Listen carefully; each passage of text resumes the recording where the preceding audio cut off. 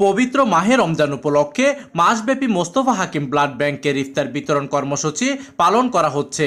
রমজান মাসব্যাপী golden diagnostic সেন্টারের আয়োজনে মোস্তফা হাকিম ব্লাড ব্যাংকের সহযোগিতায় বিনামূল্য কোরআনের হাফেজ ও শ্রমজীবী মানুষদের নিয়ে এই ইফতার আয়োজন করা হয়েছে। তারই ধারাবাহিকতায় আজ 16 মার্চ চট্টগ্রাম নগরের একে খান ও সিরিয়া মার্কেট এলাকাতে এই কর্মসূচি চলমান ছিল। এইদিকে মোস্তফা হাকিম ব্লাড ব্যাংকের সভাপতি মোহাম্মদ রেজাউল মোস্তফা গণমাধ্যমকে জানান, পবিত্র মাহে রমজান শুধু আত্মশুদ্ধির মাস নয়, এটি দয়া ও মানবতার সেবার এক অনন্য সুযোগ। সমাজের অনেক মানুষ প্রতিদিনের ইফতার ও সেহরির নিশ্চয়তা পান না, তাদের মুখে হাসি ফোটানোই হতে পারে আমাদের সেরা ইবাদত। এই সময় শতাধিক পথচারীদের মাঝে ইফতার বিতরণ করা হয়।